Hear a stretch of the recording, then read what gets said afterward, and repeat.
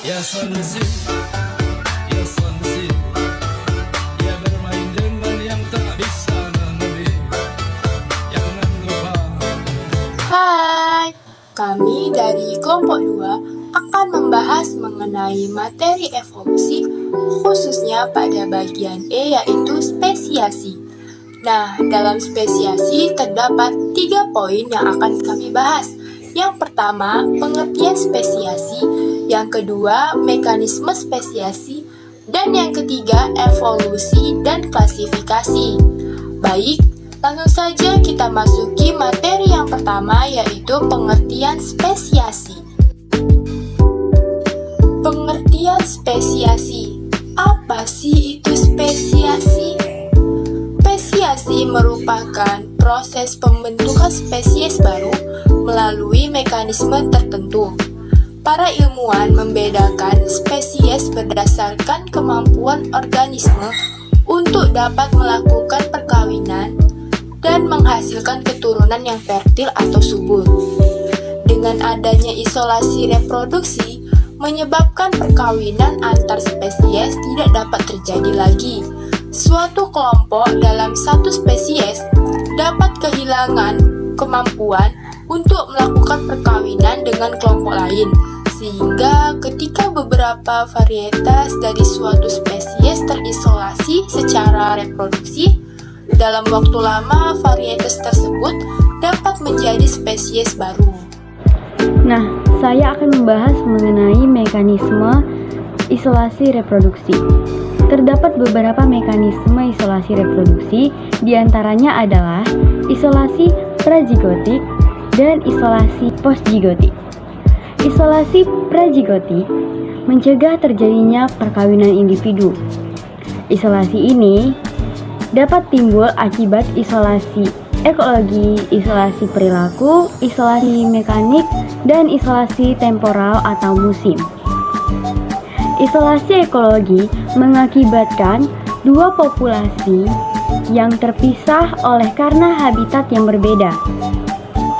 Karena itu, maka tidak dapat melakukan perkawinan pada daerah geografi yang sama. Contohnya, katak pohon yang hidup di atas pohon dan kodok atau bufo yang hidup kolam atau air tanah. Jika dipertemukan, tidak akan terjadi perkawinan akibat isolasi ekologi yang telah berlangsung lama.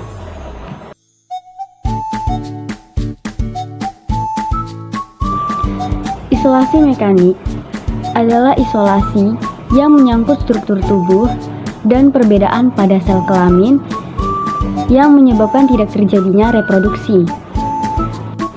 Contoh isolasi mekanik terjadi pada bintang laut dan hewan echinodermata lainnya yang melakukan fertilisasi eksternal. Pada tumbuhan, ukuran bunga dan polinatornya merupakan contoh isolasi mekanik. Isolasi perilaku. Isolasi perilaku terjadi jika dua populasi yang berkerabat memiliki perbedaan kebiasaan dalam melakukan perkawinan. Perilaku ini menyebabkan reproduksi hanya dapat terjadi antara populasi yang dapat mengerti perilaku tersebut. Perilaku ini dapat berupa suara, tingkah laku, dan sekresi zat kimia. Isolasi ini umumnya terjadi pada burung dan ikan. Isolasi temporal. Isolasi temporal terjadi akibat perbedaan waktu, kematangan antara individu jantan dan betina. Hal tersebut menyebabkan fertilisasi tidak akan terjadi. Contohnya, terjadi pada spesies Pinus radiata dan Pinus muricata. Keduanya tidak akan pernah dapat melakukan fertilisasi silang karena kematangan reproduksi Pinus radiata terjadi pada awal bulan Februari, sedangkan Pinus muricata pada akhir bulan April.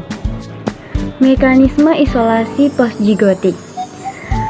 Isolasi ini mencegah pertukaran gen antar spesies, di mana isolasi postzigot dapat terjadi melalui inviabilitas hibrid atau kematian hibrid, sterilitas hibrid, dan penurunan kualitas hibrid.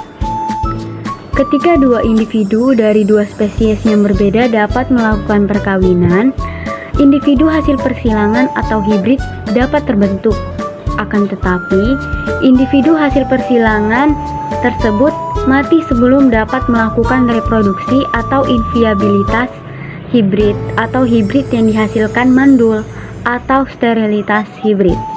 Kondisi tersebut berfungsi sebagai mekanisme isolasi postbiotik, mencegah aliran gen antar spesies. Hibrid steril dapat dihasilkan dari perkawinan antara kuda dan keledai serta antara itik dan entok. Baik, selanjutnya saya akan membahas mengenai mekanisme spesiasi.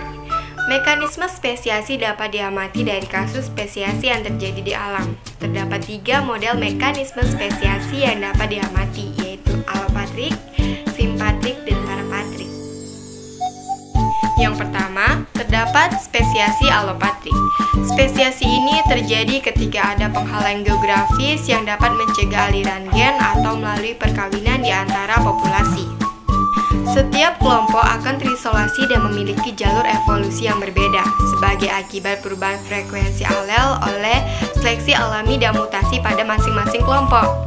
Hal ini terjadi pada tupai Scurriurus alberti dan Scurriurus caibabensi di Grand Canyon yang dibatasi oleh Sungai Colorado. Yang kedua, spesiasi dapat pula terjadi secara simpatrik. Spesiasi jenis ini terjadi tanpa adanya penghalang geografis.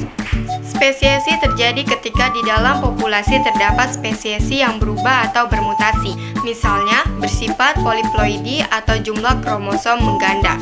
Individu poliploidi hanya dapat kawin dengan individu yang poliploidi juga sehingga terbentuk isolasi reproduksi. Suatu spesies dapat memiliki penyebaran yang luas.